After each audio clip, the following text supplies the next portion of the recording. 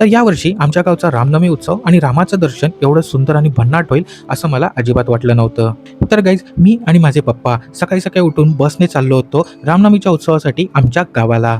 तर माझं गाव आहे रायगड जिल्ह्यातील तालुका पेणमधलं आमटेम खारकालई, जिथला रामनवमीचा उत्सव आजूबाजूच्या 5 ते 6 गावांमधला मानाचा आणि खूप महत्त्वाचा उत्सव असतो, ज्याच्यासाठीच आम्ही दरवर्षीप्रमाणे याही वर्षी चाललोय. पण आमच्या गावाला जायला कल्याणवरून कोणतीच बस डायरेक्ट अवेलेबल नसते. आम्हाला 2 ते 3 बस चेंज करूनच जावं लागतं. म्हणूनच आम्ही कल्याणवरून पनवेलला जाणारी 73 नंबरची बस पकडली, जिच्यात बसून आम्ही चाललोच होतो की ती मध्येच जाऊन काहीतरी प्रॉब्लेम झाला आणि ती बंदच पडली. मग जवळपास अर्धा तास वेट केल्यानंतर दुसरी बस आली, जिच्यात बसून आम्ही पुढे पनवेलसाठी निघालो. दोन्ही बस NMMTच्या असल्यामुळे आम्हाला ती तिकीट कॅरी फॉरवर्ड झाली. मग पनवेलच्या एस टी स्टँडवरून अलिबागला जाणारी बस पकडली, जिथून आम्ही वडखळला उतरलो आणि वडखळवरून आम्ही आमच्या गावाला जाणारी बस पकडली. खरं तर इथे यायला 2.5 ते 3 तास पुरे असतात, पण आम्ही सकाळी 7 वाजता निघालो होतो ते 11 वाजता इथे पोहोचलो, तब्बल 4 तासांनी. जसं आम्ही हायवेवर उतरलो तर हायवेवरून फक्त 2 ते 3 मिनिटाच्या पायी अंतरावर आमचं गावचं घर आहे. आणि जसं जसं आम्ही घराजवळ चाललो होतो तसं तसं या रामनवमी उत्सवाची शोभा आणि आतुरता अजूनच वाढू लागली, कारण भजन कीर्तनाचा आवाज आमच्या कानी पडत होता.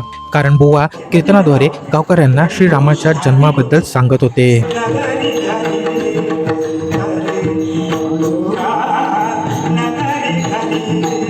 खरं तर हा रामनवमीचा उत्सव आमच्यासाठी खूपच खास आहे, कारण हा संपूर्ण उत्सव आणि रामाचं मंदिर आमच्या घराच्या अगदी समोरच आहे.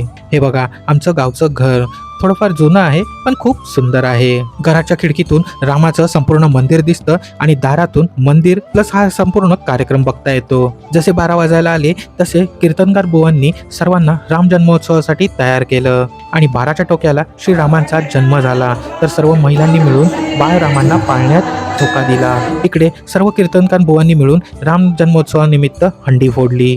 त्यानंतर सर्व गावकरी श्रीरामांच्या दर्शनासाठी मंदिरात गर्दी करतात. पण आम्हाला दर्शन एवढं सुंदर आणि छानरित्या करायला भेटलं हे मला अजिबातच एक्सपेक्टेड नव्हतं. यानंतर थोड्या वेळाने सर्व गावकरी महाप्रसादाचा लाभ घेतात आणि यात खूपच असं सुंदर जेवण असतं. जेवण झाल्यावर आम्ही आमच्या ग्रामदेवतेच्या दर्शनासाठी निघालो, जे हायवे आणि रेलपटरीच्या पलीकडे आहे. तिथून फक्त 5 मिनिटावर ग्रामदेवतेचे मंदिर आहे. म्हणजे कोकण रेल्वे आणि मुंबई गोवा हायवे आमच्या घरापासून 2 ते 5 मिनिटाच्या अंतरावर आहे. बोलता बोलता पोचलो मंदिराजवळ. हे पाहते आमच्या गावचं ग्रामदेवतेचं सुंदर मंदिर. ही आहे आमटेम गावची श्री यल्बादेवी. आत गेल्यावर ग्रामदेवतेची ओटी भरली व तिचं दर्शन घेतलं. आपल्या गावच्या ग्रामदेवतेचं दर्शन व या रामनवमी उत्सवाचे आनंदाचे क्षण मनात साठवून आम्ही निघालो आमच्या परतीच्या प्रवासाला, तेही ट्रेनने.